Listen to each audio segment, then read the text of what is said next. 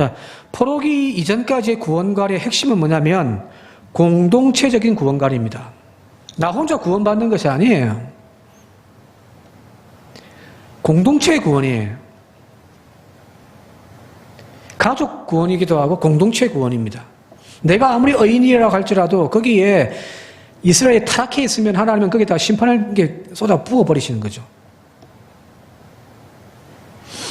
자, 그런데 포로기 이후로 넘어가면서 이제 조금 변화가 이루어지는데 그것이 바로 에스겔 선지자가 이미 앞에서 이야기를 하고 있어요. 공동체 구원에서 이제 개인의 구원으로 이게 좀 변화가 이루어지더라는 거예요. 그걸 지난번에 에스겔 18장 할 때 이미 살폈는데 다시 한 번 더 좀 보도록 할게요. 에스겔 18장 2절부터 3절 말씀입니다. 에스겔 18장 2절 3절 같이 한번 읽겠습니다. 시작. 너희가 이스라엘 땅에 관한 속담에 이르기를 아버지가 신포도주를 먹었으므로 그의 아들의 이가 시다고 하면 어찌 됨이냐. 주 여호와의 말씀이니라. 내가 나의 삶을 두고 맹세하노니 너희가 이스라엘 가운데에서 다시는 이 속담을 쓰지 못하게 되리라. 아버지가 신 포도를 먹었는데 아들 이빨이 씌어요. 연관되어진다는 이야기겠죠, 그죠? 근데 그것이 이전까지 속담이었다면 이제는 그 속담을 내가 쓰지 못하게 하겠다는 거예요. 그러면서 4절 말씀에 각자의 죄에 대하여서 심판을 받을 것이다라고 이야기를 하고 있단 말이에요. 아버지의 죄악 때문에, 조상의 죄 때문에 이스라엘이 망한 거예요. 그래서 그들이 그 조상의 죄에 대하여서 회개하고 했단 말이에요. 그게 이제 공동체적인 죄, 그리고 공동체적인 구원관이었는데, 여기 이제 에스겔 18장에 오게 되어지면 조금 변화가 있죠, 그죠? 각자의 죄다. 아버지의 죄 때문에 그 아들이 심판받지 않을 것이다. 개개인의 그 죄 때문에 그 사람이 심판받을 것이다. 이렇게 이야기를 하고 있거든요. 자, 여기 아버지의 죄가 아들에게 연좌된다라고 하는 이 속담, 바로 그것은 구원관을 보여주고 있단 말이에요. 즉, 이스라엘에게 있어서 구원은 개인의 문제가 아니라 공동체적인 문제인 거예요. 자, 그런데 이제 그 각자의 죄가 연좌가 끊어지고 각 개인의 문제가 이제 구원의 개념으로 다루어지기 시작하더란 거거든요. 변하죠, 그죠? 그죠? 오늘날은 이미 이제 이 공동체적인 개념보다는 개인의 개념이 더 이제 확실해져 버렸죠. 남편이 신앙생활 잘한다고 아내가 구원받는 것도 아니고 반대로 아내가 믿음 생활 좋다고 남편이 구원받는 것도 아니잖아요, 지금, 그죠? 우리 분명히 그 선을 그어버린단 말이에요. 부모가 신앙이 아무리 좋아도 그 자녀가 예수를 안 믿고 교회를 안 나가면 구원 못 받는 거죠. 근데 구약의 시대에서는 그게 개인의 문제가 아니었고 집단의 문제였다는 거예요. 왜 이렇게 이스라엘의 구원의 개념이 공동체 집단적인 개념에서 개인의 책임으로 이렇게 변화되어져 가게 되어졌는가? 왜 그럴까요? 왜 그럴까요? 가만히 생각해 보면은 이스라엘 백성들이 지금 에스겔이 지금 활동하고 있던 그 당시에 상황이 바로 포로기 이후잖아요. 그죠? 포로기 이후란 지금 예루살렘이 완전히 불타버렸고 거기에 있던 이스라엘 백성들이 다 포로로 잡혀가지고 온건각지로 흩어져 버렸단 말이에요. 그죠? 무슨 말인가 하면은 공동체가 파괴되어져 버린 거예요. 자, 여기 지금 산정교회라고 있는데 만약에 전쟁이 나서 이제 도망을 가야 된단 말이에요. 그죠? 살림은 거죠? 어떤 분은 서울로 가시고 어떤 분은 제주도로 가시고 저는 부산으로 갈 겁니다. 다 흩어져 버렸어요. 자, 그러면 공동체 개념이 흩어지는 것, 개념이 되어져 버리는 거죠. 그죠?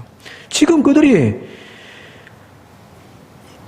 바벨론에 의해서 멸망당하게 되어졌고 흩어진 이스라엘 백성들 사회에서 공동체라고 하는 개념이 약화되어져 가고 있는 거죠.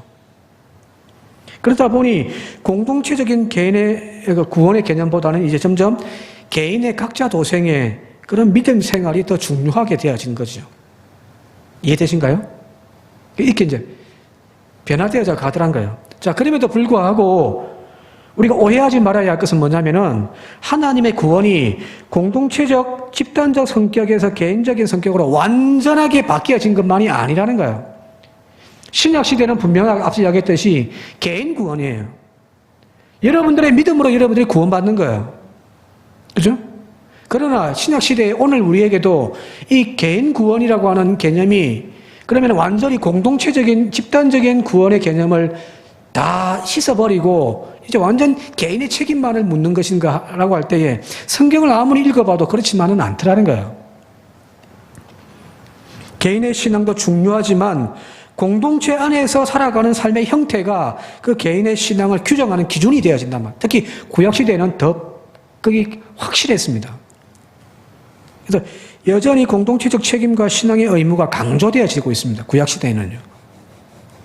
자, 이것을 증명하는 것이 바로 오늘 우리가 읽은 본문 말씀의 양의 무리에 대한 이야기예요. 자, 오늘 본문 말씀 따르면은 양의 무리가 있습니다. 거기에 보면은 힘센 양도 있을 거고, 그죠? 우두머리 양도 있을 거란 말이에요. 그리고 힘이 약한 양들도 있을 거란 말이에요. 그는 어느 사회나 어느 집단이나 어떤 짐승들도 마찬가지인 거죠, 그죠? 우두머리는 힘이 세야 된단 말이에요. 그래서 가장 앞에서 양들을 이끌고 갑니다. 자, 풀을 뜯으면서 가는데 가장 앞에서 힘센 양이 풀을 뜯어먹고 가면서 좋은 풀 다 뜯어먹어버려요. 뒤에 따라오는 놈들은 먹을 풀이 없어요. 앞에서 다 먹어치워버리니까. 더군다나 남아있는 풀조차도 그냥 짓밟아버려가지고 이제 나만 아는 풀이 없더라는 거예요. 거기 말씀이 오늘 18절과 19절 말씀입니다. 다시 한번 더 읽어보도록 할게요. 오늘 본문 말씀 18절 19절 같이 읽겠습니다. 시작. 너희가 좋은 꼴을 먹는 것을 작은 일로 여기느냐? 어찌하여 남은 꼴을 발로 밟았느냐? 너희가 맑은 물을 마시는 것을 작은 일로 여기느냐? 어찌하여 남은 물을 발로 더럽혔느냐? 19절. 나의 양은 너희 발로 밟은 것을 먹으며 너희 발로 더럽힌 것을 마시는도다 하셨느니라. 그래서 앞에서 막 다 뜯어먹고 가버리니까 뒤에는 먹을 것이 없는. 힘센 놈들은 더 힘이 넘쳐나고요. 왜? 많이 먹었으니까요. 뒤에서 따라가는 힘 없는 놈들은 먹을 것이 없어가지고 점점 더 배고픈 거예요. 이거는 목자와 상관없이 양들끼리 지금 그러고 있더라는 거예요. 여기서 말하는 앞서 있는 힘센 양들은 바로 그 당시에 유산자들, 유산계급이죠. 재산이 많고 권력이 많은 자들이.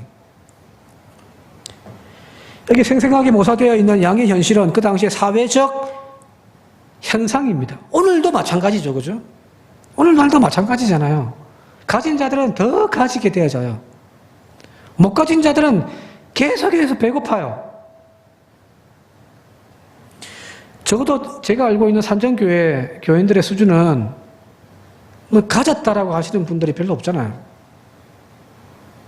우리끼리 아이고 누가 좀 더 낫더라. 비교는 내릴 줄 몰라도 사실은 이렇게 가지지 못한 저 뒤에 따라가는 양들의 무리거든요. 바로 여기서 이야기하는 것은 바로 그 공동체의 그 사회의 정의에 대한, 공의에 대한 이야기를 하고 있는 겁니다. 정의의 선지자라고 별명이 붙어 있는 아모스 시대, 그 시대도 마찬가지잖아요. 아모스가 그렇게 외치고 있거든요. 너희들이 하나님을 버렸다 이야기하지만 그 핵심은 정의로움이었거든요. 저는 말씀드렸습니다만 특권층들은 겨울 궁에, 여름 궁에 상하로 장식된 침상에서 풍요롭게 사치를 부리며 생활하고 있는데, 그러나 빈민들은 착취당하면서 더욱더 가난해져 갔던 시대가 바로 그 아모스의 시대였단 말이에요. 돈이 없어서 빚을 내가지고 자식을 담보로 해서 빚을 내가지고 겨우 먹고 살았는데 갚을 수 없으니 그 자식들을 종으로 팔아버리게 되어지는 그런 일들이 비일비재하게 일어났다고 아모스 선지자는 지금 고발하고 있는 거예요. 오늘 말씀에 비유한다면은 앞에 놈들은 더 배 터져 가고 있고, 내 이제 짓밟아버린 그 풀 때문에 뒤에 가는 놈들은 먹을 것이 없어가지고 지금 빈곤 상태에 빠져 들어가고 있다는 이야기거든요. 자, 구약의 선지자들을 통하여서 말씀하시는 하나님, 그죠? 하나님은 그 선지자들의 입술을 통하여서 말씀을 하셨단 말이에요. 그 하나님의 말씀은 바로 이스라엘 공동체가 자신에 속한 사회, 그 공동체에 대한 책임을 구원의 조건을 내걸고 있는 거예요. 그게 공동체의 구원이라는 거예요. 지금 저기서 힘겨워 죽어가고 있는 일이 있다면 그건 그 한 개인의 문제가 아니라 공동체의 문제인 거예요. 이 사회가 썩었다라는 거예요. 그래서 내가 심판할 수밖에 없다고 아모스는 지금 막 핏대 올리면서 이야기를 하고 있는 거거든요. 개인이 아무리 경건하고 거룩한 삶을 산다고 하더라도 그 사회가 정의롭지 못하고 평등하지 못하다면 그것은 남 탓할 것이 문제 아니라 그 불의한 세상에 눈 감아 버렸던 우리의 책임이라는 거예요. 하나님이 그 책임을 물으시는 거예요. 나만 아니면 돼. 내 자식은 아니면 그만이지 하는 그런 생각 하나님은 용서를 못 하시는 거예요. 가난하고 힘없는 약한 양떼가 무리에서 밀려나고 힘 있는 자가 더욱 탐욕스럽게 더 좋은 풀들을 독차지하고 있는 그런 사회에 하나님의 자비는 없습니다. 오히려 하나님의 심판이 있는 거죠. 어떤 이들은 힘이 없어서 혹은 자신의 불이익당할까 두려워서 침묵하고 있는데 그래서 그 권력 앞에 고개 숙이고 있는데 그 모습은 점점 더 하나님의 나라와 멀어지는 거란 말이에요. 만약에 누군가가 저희한테 하나님 나라를 정의해 주십시오. 하나님 나라를 정의해 주십시오라고 묻는다면 저는 그렇게 이야기할 것 같아요. 하나님 나라는 공의와 평화로움입니다. 하나님의 나라의 특징은 공의로움입니다. 그리고 하나님의 자비를 통하여 모두가 함께 더불어 사는 평화로움이죠. 이것을 보여주는 것이 바로 이사야서 11장인 거죠. 몇 주 전에 난예배 때 설교했습니다만 다시 한번 보도록 할게요. 이사야 11장 1절부터 5절까지 한번 같이 한번 읽어볼게요. 읽겠습니다. 시작.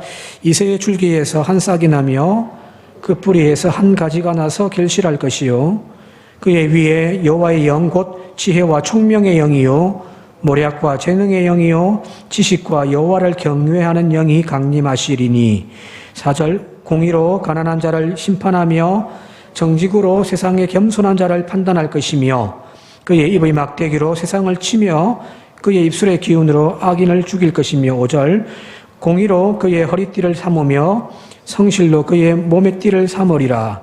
여기 다시 한번 볼게요. 4절과 5절요. 여기 계속해서 공의가 나오죠. 이 찬양도 있잖아요, 이거죠. 이새의 한 뿌리가 나서 그 메시아가 다스리시는 하나님의 나라를 지금 이렇게 막 펼쳐 보이는데 그 나라에는 하나님의 공의로 다스리시더라는 거예요. 여기서 말하는 하나님의 공의란 그 공동체가 하나님을 사랑하는 것이죠. 그죠? 우리끼리 사랑하는 것이 중요한 것이 아니에요. 하나님을 사랑하고 내 이웃을 내 몸같이 사랑하고 서로가 긍휼한 마음으로 베풀어서 모든 구성원들이 사람답게 대접받는 세상이에요. 병든 자나 가지지 못한 자나 그 구성원으로서 대접받고 인정받는 그런 평화로운 세상이죠. 바로 그것을 이야기하는 것이 계속해서 나오는 6절, 7절, 8절 말씀입니다. 같이 한번 읽어볼게요. 시작. 그때에 이리가 어린 양과 함께 살며 표범이 어린 염소와 함께 누우며 송아지와 어린 사자와 살찜 짐승이 함께 있어 어린아이에게 끌리며 암소와 곰이 함께 먹으며 그것들이 새끼가 함께 엎드리며 사자가 소처럼 풀을 먹을 것이며 정없는 아이가 독사의 구멍에서 장난하며 젖된 어린아이가 독사의 굴에 손을 넣을 것이라. 그죠? 이거 너무 평화로운 세상이죠. 그죠? 그죠? 짐승들이 막 서로 장난치고 놀고 어린아이가 막 여기 보면 7절에 막 암소와 곰 막 송아지와 사자와 막 살찐 짐승들을 막 끌고 다니고 막 얼마나 평화로워요. 그죠? 이게 하나님의 나라라는 거잖아요. 그죠? 여기 몇 주 전에도 말씀드렸습니다만은 여기 이리, 표범, 사자 이게 주어예요. 힘 있는 놈들이란 말이에요. 언제나 포식자로서 힘이 있어서 힘없고 약한 것들을 이렇게 잡아먹는 그들이지만 이 강한 자들이 오히려 어린 양, 송아지, 어린아이 이렇게 힘없고 약한 자들을 돌보고 보살피고 있더라는 거잖아요. 그죠? 그죠? 오늘로 이야기하면은 할아버지가 유치원 손녀에게 막 말이 되어주고 막 그런 모습이잖아요. 그죠? 할아버지가 그 아이보다 못해서 그래요? 아니잖아요. 힘있지만 돌보는 거잖아요. 그죠? 이것이 바로 하나님의 나라입니다. 하나님의 나라는 바로 세상 속에서 이런 나라를 하나님은 지금 세우기를 원하시는 것이 하나님의 마음이고 하나님의 계획이고 그것을 이야기해 주는 것이 성경인 거거든요. 근데 우리는 똑같은 성경을 읽고서 이런 하나님의 나라를 꿈꾸기보다는 어떻게 해서든 내가 더 부자가 되어지고 내 자식이 더 좋은 직장 들어가서 더 출세하는 세상의 경쟁에서 더 앞서 나가는 그런 축복받는 이야기로만 우리가 읽고 있으니 하나님도 참 답답한 거죠. 안 그렇겠어요? 제가 이렇게 이야기했는데 어떤 사람이 와가지고 목사님 왜 이번 주에 설교를 그따위 식으로 합니까? 해버리면 저는 화나 날 거 아니에요. 그죠? 나는 그렇게 설교 안 했는데 내 뜻은 그게 아닌데 왜 그따위 식으로 받아들이는지 모르겠네? 이게 돼버린단 말이에요. 그죠? 오늘 우리가 그렇게 성경을 읽고 있는 거야. 하나님이 원하시는 것, 하나님이 지금 계획하신 것, 이스라엘 백성들을 아브라함 때부터 시작해서 계획하셔서 큰 민족을 이루고 출애굽시켜서 가나안 땅으로 인도해 가시는 하나님 그 시내산에서 이스라엘 백성들에게 하셨던 말씀이 그거잖아요. 내가 너희들로 큰 민족을 이루게 하겠다. 그게 뭐 세상적인 어떤 부강하고 권력 있고 세상을 정복하는 그런 큰 나라가 아니라 제사장 나라라는 거거든요. 하나님의 나라를 만들고 싶은 것이 그게 이스라엘 통한 하나님의 꿈이었고 계획이란 말이에요. 오늘도 마찬가지인 거거든요. 저와 여러분들 통하여 이 우리 교회를 통하여서 하나님은 하나님 나라를 세워가기를 원하시는 거예요. 대형교회, 큰 교회가 아니에요. 세상의 기업을 똑같이 닮아있는 그런 기업의 모습을 닮아있는 대형교회가 아니라는 거예요. 하나님의 나라예요. 그것을 위하여 이 땅에 양들의 목자로 오신 분이 바로 예수 그리스도이셨고요. 그래서 그분은 그런 삶을 사셨잖아요. 소외되어져 있는 이들, 가난한 자들, 병든 이들, 상한 자들, 쫓겨난 자들, 길 잃어버린 양들 또 찾고 그들을 치유하시고 가르치고 먹이시고 그래서 그들을 하나님 나라의 주인공으로 삼으셨다는 거예요. 마찬가지로 완전치는 않지만 그런 하나님의 나라의 모형을 통하여 하나님은 교회를 지금 세워 놓으신 거거든요. 그죠? 교회가 바로 이런 하나님의 나라가 되어져 가야 되는 거거든요. 교회는 바로 이런 곳이 되어져야 합니다. 신앙생활을 내가 더 오래 했다고 새로운 무리를 밀어내는 오늘 여기 나와 있는 대로 옆구리를 박아내고 떨쳐버리는 그런 교회가 되었으면 안 된단 말이에요. 더 높은 직분을 가졌다고 힘과 권위를 자랑하면서 목에 힘이 빳빳하게 들어가 있는 그런 교회가 되었으면 안 되는 거예요. 남들보다 더 부유하다고 자신의 권리와 대접받는 자리에만 가려고 하는 그런 곳이 되어서는 안 되는 거죠. 즉 이리와 표범이 자신의 힘을 자랑하는 그곳이 아니라는 거예요.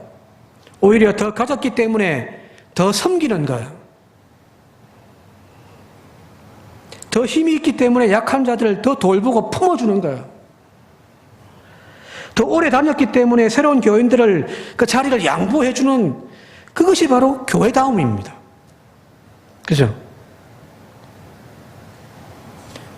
우리의 머리를 다른 양들을 향하여서 들이박는 데 쓰지 마시고요.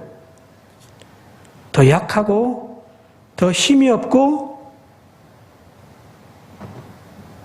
더 경험이 없고 어린 아이들을 돌보고 살피는 일에 사용하는 저와 여러분이 되시길 바랍니다. 이 약한 자들을 괴롭히는 그 나쁜 놈에게 들이박으십시오.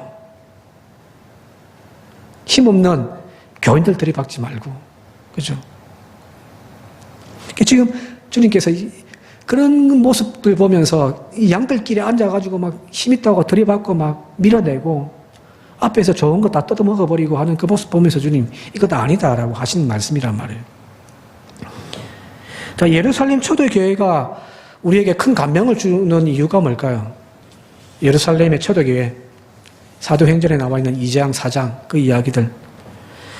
단순하게 날마다 구원받는 자들이 늘어났다라고 하는 게 부흥의 초점 우리가 맞출 필요는 없잖아요, 그죠? 초대 예루살렘 교회가 우리에게 큰 감명을 주는 이유는 먼저 그들 속에 서로 하나님의 나라를 경험했기 때문이거든요. 하나님의 나라를 경험한 거죠. 가진 자들이 자기 많이 가졌다고 크게 힘들어가서 내가 우리 교회에서 대접받을 자리에만 찾아다니는 그런 모습이 아니라 가졌기 때문에 그걸 교회에 헌납하고 그걸 서로 필요에 따라 통용하고 가지지 못한 자들이 교회에서 얼마든지 또 부유해지는 그죠? 그런 세상이 교회 안에서 막 이루어지더라는 거예요. 이방인이라고 헬라인이라고 차별받지 않고 가난하다고 병들었다고 소외당하지 않는 그런 세상이 초대교회에서 이루어지더라는 거. 적어도 구제의 문제가 나중에 이제 발생해가지고 막 헬라파 유대인들이 뭐 들고 일어나고 막 그런 일이 일어났습니다만은 그 이전까지 그 초대교회의 모습은 말 그대로 하나님의 나라를 닮아 있었거든요. 자, 여기서 중요한 거예요. 교회가 교회다워지고 교회가 하나님의 나라를 닮아갈 때에 자연스럽게 세상 사람들이 그 모습을 보고서 교회의 도를 따라가는 거예요. 그래서 날마다 구원받는 이들이 더하여 가는 거예요. 거꾸로 생각하지 마세요. 교회가 교회다워지고 교회가 하나님의 나라를 품고 있을 때 세상 사람들은 그 교회를 보고서 변화를 받는 거예요.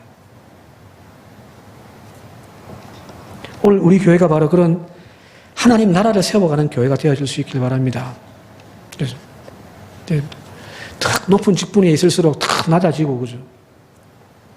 새신자들 오면은 환영해주고 반겨주고 뭐 왔는지 안 왔는지도 모르고 새신자가 얼굴도 누군지도 모르고 그래서는 안 될 거 아니에요.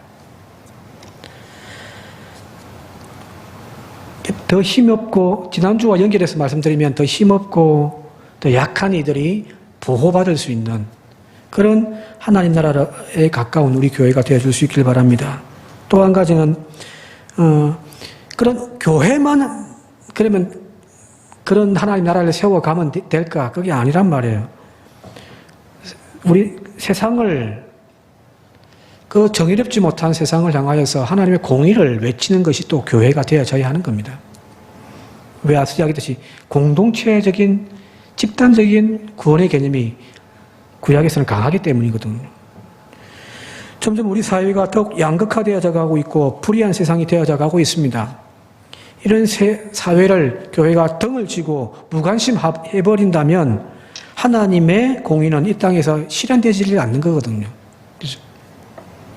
교회 나와서 열심히 봉사하시고 주어진 일에 최선을 다하시고 영혼 구원 많이 하여 오늘도 한 영혼 주님 앞에 인도하고 기도의 재단을 열심히 쌓아가지고 많은 이들을 위하여 눈물로 기도하시는 그런 신앙의 훈련도 필요하지만 또 한편에서는 세상이 더욱 악해져 가고 있고 더욱더 불의해져 가고 있는 그 세상에 더 불평등이 심각해져 가고 있는 세상에 하나님의 공의를 외치는 교회가 되어져야 합니다.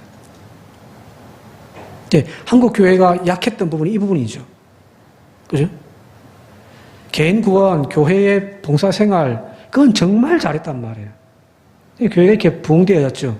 그런데 그 교회가 세상의 불의함에 대하여서는 등을 돌렸습니다. 심지어는 보수교단의 어르신들이 세상의 권력을 이렇게 찬양하고 막 했단 말이에요.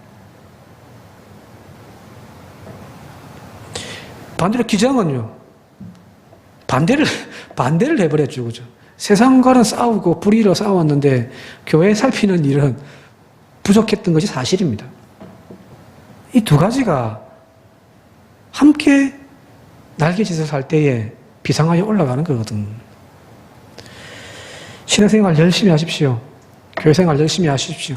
그러나 또한 세상의 불의함에 대하여 눈 감고 귀 막는 우리가 아니라 세상 속에서도 하나님의 나라를 세워가는 그런 저와 여러분들 우리 교회가 되어줄 수 있길 바랍니다. 그래야 할 때에 앞서 이야기했듯이 초대교회가 그 속에 하나님의 나라가 회복되어지기 시작하니까 날마다 구원받는 자가 더하여가는 부흥을 경험하거든요. 오늘 우리에게도 바로 이런 놀라운 일들이 회복되어질 수 있길 바랍니다. 예, 하나님 그냥 기도만 빈자리들 채워달라고 하지 말고 빈자리 채우면 뭐예요? 우리 안에서 이 하나님 나라가 회복되지 못하면 여기 있는 이런 현상들이 일어난다고 한다면은 또 떠나버리고 또 끝나버리는데요. 그죠? 교회가 교회다워지고 성도가 성도다워짐을 통하여서 우리 안에 하나님의 나라가 회복되어지는 은혜가 있기를 이 시간 주님의 이름으로 축원드립니다. 자, 포로기 이전까지의 구원관의 핵심은 뭐냐면 공동체적인 구원관입니다. 나 혼자 구원받는 것이 아니에요. 공동체의 구원이에요. 가족 구원이기도 하고 공동체 구원입니다. 내가 아무리 의인이라고 할지라도 거기에 이스라엘이 타락해 있으면 하나님은 거기다 심판을 쏟아 부어버리시는 거죠. 자, 그런데 포로기 이후로 넘어가면서 이제 조금 변화가 이루어지는데 그것이 바로 에스겔 선지자가 이미 앞에서 이야기를 하고 있어요. 공동체 구원에서 이제 개인의 구원으로 이게 좀 변화가 이루어지더라는 거예요. 그걸 지난번에 에스겔 18장 할 때 이미 살폈는데 다시 한 번 더 좀 보도록 할게요. 에스겔 18장 2절부터 3절 말씀입니다. 에스겔 18장 2절 3절 같이 한번 읽겠습니다. 시작. 너희가 이스라엘 땅에 관한 속담에 이르기를 아버지가 신포도주를 먹었으므로 그의 아들의 이가 시다고 하면 어찌 됨이냐. 주 여호와의 말씀이니라. 내가 나의 삶을 두고 맹세하노니 너희가 이스라엘 가운데에서 다시는 이 속담을 쓰지 못하게 되리라. 아버지가 신 포도를 먹었는데 아들 이빨이 씌어요. 연관되어진다는 이야기겠죠, 그죠? 근데 그것이 이전까지 속담이었다면 이제는 그 속담을 내가 쓰지 못하게 하겠다는 거예요. 그러면서 4절 말씀에 각자의 죄에 대하여서 심판을 받을 것이다라고 이야기를 하고 있단 말이에요. 아버지의 죄악 때문에, 조상의 죄 때문에 이스라엘이 망한 거예요. 그래서 그들이 그 조상의 죄에 대하여서 회개하고 했단 말이에요. 그게 이제 공동체적인 죄, 그리고 공동체적인 구원관이었는데, 여기 이제 에스겔 18장에 오게 되어지면 조금 변화가 있죠, 그죠? 각자의 죄다. 아버지의 죄 때문에 그 아들이 심판받지 않을 것이다. 개개인의 그 죄 때문에 그 사람이 심판받을 것이다. 이렇게 이야기를 하고 있거든요. 자, 여기 아버지의 죄가 아들에게 연좌된다라고 하는 이 속담, 바로 그것은 구원관을 보여주고 있단 말이에요. 즉, 이스라엘에게 있어서 구원은 개인의 문제가 아니라 공동체적인 문제인 거예요. 자, 그런데 이제 그 각자의 죄가 연좌가 끊어지고 각 개인의 문제가 이제 구원의 개념으로 다루어지기 시작하더란 거거든요. 변하죠, 그죠? 그죠? 오늘날은 이미 이제 이 공동체적인 개념보다는 개인의 개념이 더 이제 확실해져 버렸죠. 남편이 신앙생활 잘한다고 아내가 구원받는 것도 아니고 반대로 아내가 믿음 생활 좋다고 남편이 구원받는 것도 아니잖아요, 지금, 그죠? 우리 분명히 그 선을 그어버린단 말이에요. 부모가 신앙이 아무리 좋아도 그 자녀가 예수를 안 믿고 교회를 안 나가면 구원 못 받는 거죠. 근데 구약의 시대에서는 그게 개인의 문제가 아니었고 집단의 문제였다는 거예요. 왜 이렇게 이스라엘의 구원의 개념이 공동체의 집단적인 개념에서 개인의 책임으로 이렇게 변화되어져 가게 되어졌는가? 왜 그럴까요? 왜 그럴까요? 가만히 생각해 보면은 이스라엘 백성들이 지금 에스겔이 지금 활동하고 있던 그 당시에 상황이 바로 포로기 이후잖아요. 그죠?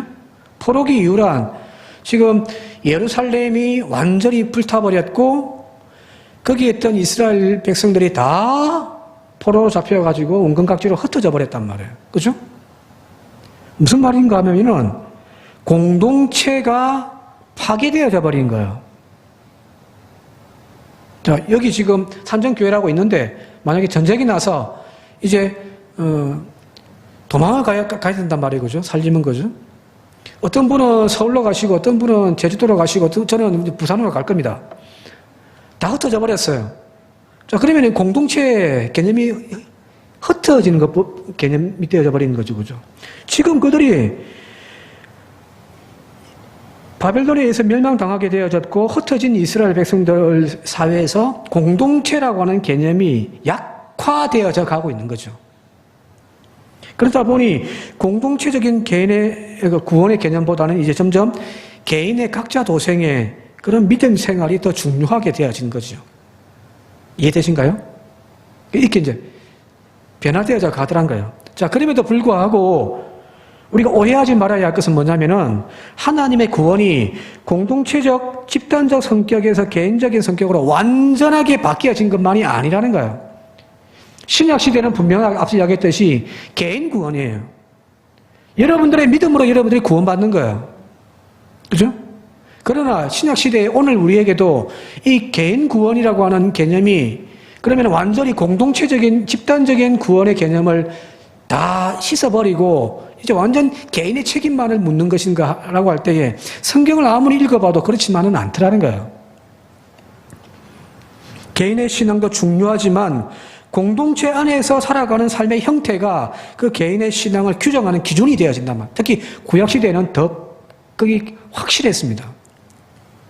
그래서 여전히 공동체적 책임과 신앙의 의무가 강조되어지고 있습니다. 구약시대에는요.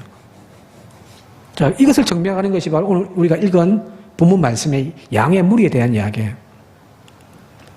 자, 오늘 본문 말씀 따르면은 양의 무리가 있습니다. 거기에 보면은 힘센 양도 있을 거고, 그죠? 우두머리 양도 있을 거란 말이에요. 그리고 힘이 약한 양들도 있을 거란 말이에요. 그는 어느 사회나 어느 집단이나 어떤 짐승들도 마찬가지인 거죠, 그죠?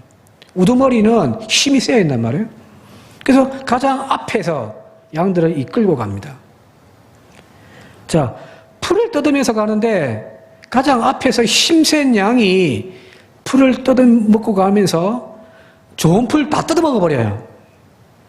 뒤에 따라오는 놈들은 먹을 풀이 없어요. 앞에서 다 먹어치워 버리니까. 더군다나 남아있는 풀조차도 그냥 짓밟아 버려가지고 이제 남아나는 풀이 없더라는 거예요. 거기 말씀이 오늘 18절과 19절 말씀입니다. 다시 한번 더 읽어보도록 할게요. 오늘 본문 말씀 18절 19절 같이 읽겠습니다. 시작. 너희가 좋은 꼴을 먹는 것을 작은 일로 여기느냐? 어찌하여 남은 꼴을 발로 밟았느냐? 너희가 맑은 물을 마시는 것을 작은 일로 여기느냐? 어찌하여 남은 물을 발로 더럽혔느냐? 19절. 나의 양은 너희 발로 밟은 것을 먹으며 너희 발로 더럽힌 것을 마시는도다 하셨느니라. 그죠? 앞에서 막 다 뜯어먹고 가버리니까 뒤에는 먹을 것이 없는. 힘센 놈들은 더 힘이 넘쳐나고요. 왜? 많이 먹었으니까요. 뒤에서 따라가는 힘없는 놈들은 먹을 것이 없어가지고 점점 더 배고픈 거예요. 이거는 목자와 상관없이 양들끼리 지금 그러고 있더라는 거예요. 여기서 말하는 앞서 있는 힘센 양들은 바로 그 당시에 유산자들, 유산계급이죠. 재산이 많고 권력이 많은 자들이.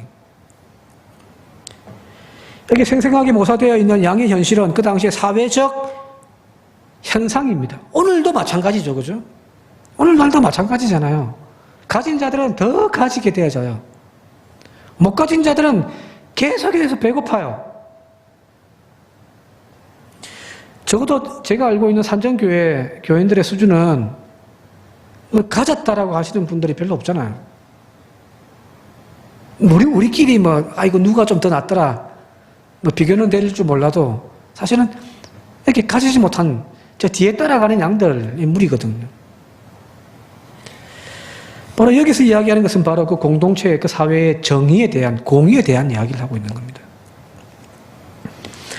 정의의 선지자라고 별명이 붙어 있는 아모스 시대, 그 시대도 마찬가지잖아요. 아모스가 그렇게 외치고 있거든요. 너희들이 하나님을 버렸다 이야기하지만 그 핵심은 정의로움이었거든요. 전에 말씀드렸습니다만 특권층들은 겨울 궁에, 여름 궁에 상하로 장식된 침상에서 풍요롭게 사치를 부리며 생활하고 있는데, 그러나 빈민들은 착취당하면서 더욱더 가난해져 갔던 시대가 바로 그 아모스의 시대였단 말이에요. 돈이 없어서 빚을 내가지고 자식을 담보로 해서 빚을 내가지고 겨우 먹고 살았는데 갚을 수 없으니 그 자식들을 종으로 팔아버리게 되어지는 그런 일들이 비일비재하게 일어났다고 아모스 선지자는 지금 고발하고 있는 거예요. 오늘 말씀에 비유한다면은 앞에 놈들은 더 배 터져 가고 있고, 왜 이제 짓밟아버린 그 풀 때문에 뒤에 가는 놈들은 먹을 것이 없어가지고 지금 빈곤 상태에 빠져 들어가고 있다는 이야기거든요. 자, 구약의 선지자들을 통하여서 말씀하시는 하나님, 그죠? 하나님은 그 선지자들의 입술을 통하여서 말씀을 하셨단 말이에요. 그 하나님의 말씀은 바로 이스라엘 공동체가 자신에 속한 사회, 그 공동체에 대한 책임을 구원의 조건을 내걸고 있는 거예요. 그게 공동체의 구원이라는 거예요. 지금 저기서 힘겨워 죽어가고 있는 일이 있다면 그건 그 한 개인의 문제가 아니라 공동체의 문제인 거예요. 이 사회가 썩었다라는 거예요. 그래서 내가 심판할 수밖에 없다고 아모스는 지금 막 핏대 올리면서 이야기를 하고 있는 거거든요. 개인이 아무리 경건하고 거룩한 삶을 산다고 하더라도 그 사회가 정의롭지 못하고 평등하지 못하다면 그것은 남 탓할 것이 문제 아니라 그 불의한 세상에 눈 감아 버렸던 우리의 책임이라는 거예요. 하나님이 그 책임을 물으시는 거예요. 나만 아니면 돼. 내 자식은 아니면 그만이지 하는 그런 생각 하나님은 용서를 못 하시는 거예요. 가난하고 힘없는 약한 양떼가 무리에서 밀려나고 힘있는 자가 더욱 탐욕스럽게 더 좋은 풀들을 독차지하고 있는 그런 사회에 하나님의 자비는 없습니다. 오히려 하나님의 심판이 있는 거죠. 어떤 이들은 힘이 없어서 혹은 자신의 불이 당할까 두려워서 침묵하고 있는데, 그래서 그 권력 앞에 고개 숙이고 있는데 그 모습은 점점 더 하나님의 나라와 멀어지는 거란 말이에요. 만약에 누군가가 저희한테 하나님 나라를 정의해 주십시오, 하나님 나라를 정의해 주십시오라고 묻는다면 저는 그렇게 이야기할 것 같아요. 하나님 나라는 공의와 평화로움입니다. 하나님의 나라의 특징은 공의로움입니다. 그리고 하나님의 자비를 통하여 모두가 함께 더불어 사는 평화로움이죠. 이것을 보여주는 것이 바로 이사야서 11장인 거죠. 몇 주 전에 난예배 때 설교했습니다만 다시 한번 보도록 할게요. 이사야 11장 1절부터 5절까지 한번 같이 한번 읽어볼게요. 읽겠습니다. 시작. 이새의 줄기에서 한 싹이 나며 그 뿌리에서 한 가지가 나서 결실할 것이요 그의 위에 여호와의 영 곧 지혜와 총명의 영이요 모략과 재능의 영이요 지식과 여호와를 경외하는 영이 강림하시리니. 4절. 공의로 가난한 자를 심판하며 정직으로 세상의 겸손한 자를 판단할 것이며 그의 입의 막대기로 세상을 치며 그의 입술의 기운으로 악인을 죽일 것이며. 5절. 공의로 그의 허리띠를 삼으며 성실로 그의 몸의 띠를 삼으리라. 여기 다시 한번 볼게요. 4절과 5절요. 여기 계속해서 공의가 나오죠. 이 찬양도 있잖아요, 이거죠. 이새의 한 뿌리가 나서 그 메시아가 다스리시는 하나님의 나라를 지금 이렇게 막 펼쳐 보이는데 그 나라에는 하나님의 공의로 다스리시더라는 거예요. 여기서 말하는 하나님의 공의란 그 공동체가 하나님을 사랑하는 것이죠. 그죠? 우리끼리 사랑하는 것이 중요한 것이 아니에요. 하나님을 사랑하고 내 이웃을 내 몸같이 사랑하고 서로가 긍휼한 마음으로 베풀어서 모든 구성원들이 사람답게 대접받는 세상이에요. 병든 자나 가지지 못한 자나 그 구성원으로서 대접받고 인정받는 그런 평화로운 세상이죠. 바로 그것을 이야기하는 것이 계속해서 나오는 6절, 7절, 8절 말씀입니다. 같이 한번 읽어볼게요. 시작. 그때에 이리가 어린 양과 함께 살며 표범이 어린 염소와 함께 누우며 송아지와 어린 사자와 살찜 짐승이 함께 있어 어린아이에게 끌리며 암소와 곰이 함께 먹으며 그것들이 새끼가 함께 엎드리며 사자가 소처럼 풀을 먹을 것이며 정못난 아이가 독사의 구멍에서 장난하며 젖된 어린아이가 독사의 굴에 손을 넣을 것이라. 그죠? 이거 너무 평화로운 세상이죠. 그죠? 그죠? 짐승들이 막 서로 장난치고 놀고 어린아이가 막 여기 보면 7절에 막 암소와 곰 막 송아지와 사자와 막 살찐 짐승들을 막 끌고 다니고 막 얼마나 평화로워요. 그죠? 이게 하나님의 나라라는 거잖아요. 그죠? 여기 몇 주 전에도 말씀드렸습니다만은 여기 이리, 표범, 사자 이게 주어예요. 힘 있는 놈들이란 말이에요. 언제나 포식자로서 힘이 있어서 힘없고 약한 것들을 이렇게 잡아먹는 그들이지만 이 강한 자들이 오히려 어린 양, 송아지, 어린아이 이렇게 힘없고 약한 자들을 돌보고 보살피고 있더라는 거잖아요. 그죠? 그죠? 오늘 이야기하면은 할아버지가 유치원 손녀에게 막 말이 되어주고 막 그런 모습이잖아요. 그죠? 할아버지가 그 아이보다 못해서 그래요? 아니잖아요. 힘있지만 돌보는 거잖아요. 그죠? 이것이 바로 하나님의 나라입니다. 하나님의 나라는 바로 세상 속에서 이런 나라를 하나님은 지금 세우기를 원하시는 것이 하나님의 마음이고 하나님의 계획이고 그것을 이야기해 주는 것이 성경인 거거든요.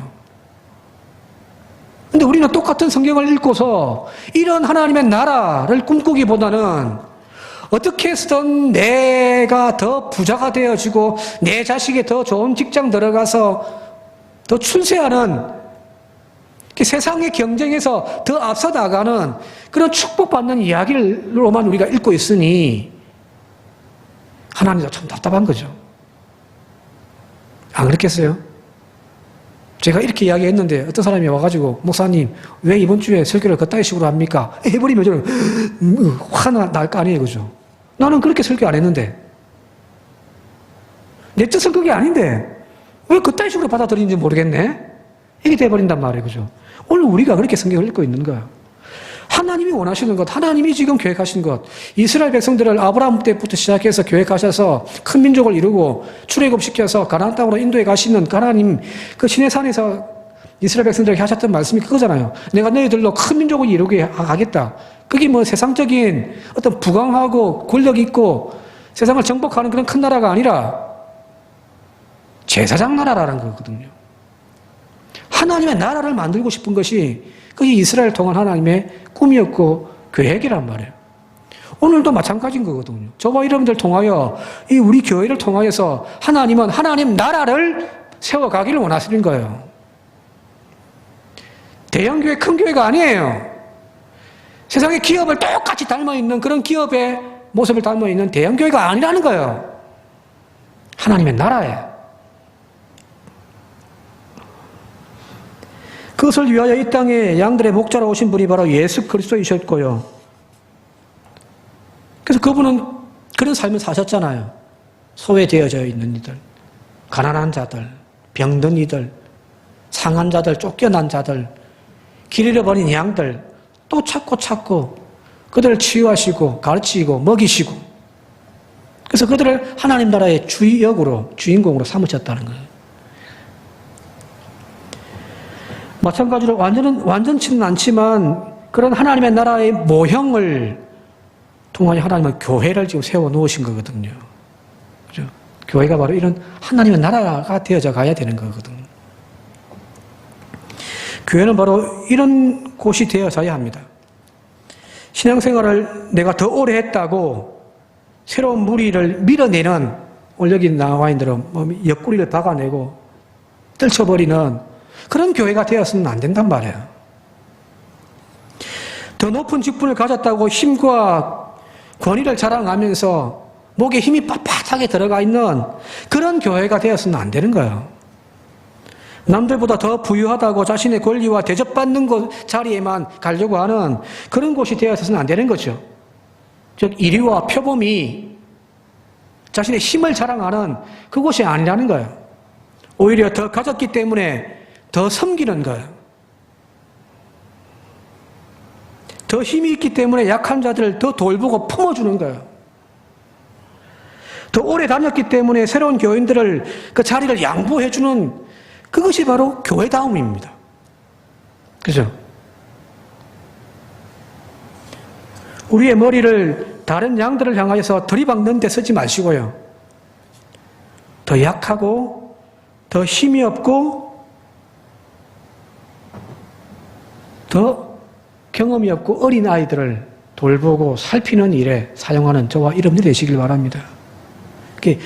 이 약한 자들을 괴롭히는 그 나쁜 놈에게 들이박으십시오. 힘없는 교인들 들이박지 말고. 그죠? 지금 주님께서 그런 모습들 보면서 이 양들끼리 앉아가지고 막 힘있다고 들이박고 막 밀어내고 앞에서 좋은 거 다 뜯어먹어버리고 하는 그 모습 보면서 주님, 이거 다 아니다라고 하시는 말씀이란 말이에요. 자, 예루살렘 초대교회가 우리에게 큰 감명을 주는 이유가 뭘까요? 예루살렘의 초대교회, 사도행전에 나와 있는 2장, 4장 그 이야기들. 단순하게 날마다 구원받는 자들이 늘어났다라고 하는 게 부흥의 초점 우리가 맞출 필요는 없잖아요. 그죠? 초대 예루살렘 교회가 우리에게 큰 감명을 주는 이유는 먼저 그들 속에 서로 하나님의 나라를 경험했기 때문이거든요. 하나님의 나라를 경험한 거죠. 가진 자들이 자기 많이 가졌다고 그렇게 힘들어가서 내가 우리 교회에서 대접받을 자리에만 찾아다니는 그런 모습이 아니라 가졌기 때문에 그걸 교회에 헌납하고 그걸 서로 필요에 따라 통용하고 가지지 못한 자들이 교회에서 얼마든지 또 부유해지는 그죠? 그런 세상이 교회 안에서 막 이루어지더라는 거예요. 이방인이라고 헬라인이라고 차별받지 않고 가난하다고 병들었다고 소외당하지 않는 그런 세상이 초대교회에서 이루어지더라는 거예요. 적어도 구제의 문제가 나중에 이제 발생해가지고 막 헬라파 유대인들이 막 들고 일어나고 막 그런 일이 일어났습니다만 그 이전까지 그 초대교회의 모습은 말 그대로 하나님의 나라를 닮아 있었거든요. 자, 여기서 중요한 거예요. 교회가 교회다워지고 교회가 하나님의 나라를 닮아갈 때에 자연스럽게 세상 사람들이 그 모습을 보고서 교회의 도를 따라가는 거예요. 그래서 날마다 구원받는 이들이 더하여 가는 거예요. 거꾸로 생각하지 마세요. 교회가 교회다워지고 교회가 하나님의 나라를 품고 있을 때 세상 사람들은 그 교회를 보고서 변화를 받는 거예요.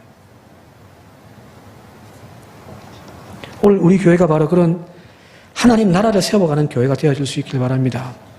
그래서 탁 높은 직분에 있을수록 탁 낮아지고 그죠. 새신자들 오면은 환영해주고 반겨주고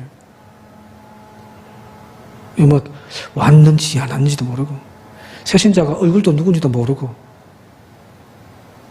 그래서는 안 될 거 아니에요. 더 힘없고 지난주와 연결해서 말씀드리면 더 힘없고 더 약한 이들이 보호받을 수 있는 그런 하나님 나라에 가까운 우리 교회가 되어줄 수 있길 바랍니다. 또 한 가지는 그런 교회만 그러면 그런 하나님 나라를 세워가면 될까? 그게 아니란 말이에요. 우리 세상을 그 정의롭지 못한 세상을 향하여서 하나님의 공의를 외치는 것이 또 교회가 되어져야 하는 겁니다. 왜 앞서 이야기했듯이 공동체적인 집단적인 구원의 개념이 구약에서는 강하기 때문이거든요. 점점 우리 사회가 더욱 양극화되어져 가고 있고 불의한 세상이 되어져 가고 있습니다. 이런 사회를 교회가 등을 쥐고 무관심해버린다면 하나님의 공의는 이 땅에서 실현되지 않는 거거든요. 그죠? 교회 나와서 열심히 봉사하시고 주어진 일에 최선을 다하시고 영혼 구원 많이 하여 오늘도 한 영혼 주님 앞에 인도하고 기도의 재단을 열심히 쌓아가지고 많은 이들을 위하여 눈물로 기도하시는 그런 신앙의 훈련도 필요하지만 또 한편에서는 세상이 더욱 악해져 가고 있고 더욱더 불의해져 가고 있는 그 세상에 더 불평등이 심각해져가고 있는 세상에 하나님의 공의를 외치는 교회가 되어져야 합니다. 네, 한국 교회가 약했던 부분이 이 부분이죠. 그죠? 개인 구원, 교회의 봉사생활, 그건 정말 잘했단 말이에요. 교회가 이렇게 부흥되어졌죠. 그런데 그 교회가 세상의 불의함에 대하여서는 등을 돌렸습니다.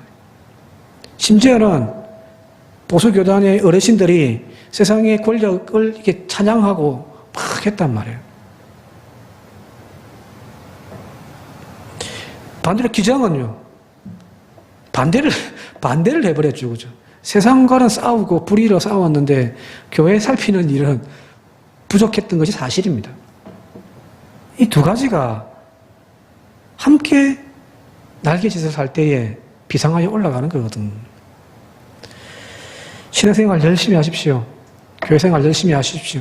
그러나 또한 세상의 불의함에 대하여 눈 감고 귀 막는 우리가 아니라 세상 속에서도 하나님의 나라를 세워가는 그런 저와 여러분들 우리 교회가 되어줄 수 있길 바랍니다. 그래야 할 때에 앞서 이야기했듯이 초대 교회가 그 속에 하나님의 나라가 회복되어지기 시작하니까 날마다 구원받는 자가 더하여가는 부흥을 경험하거든요.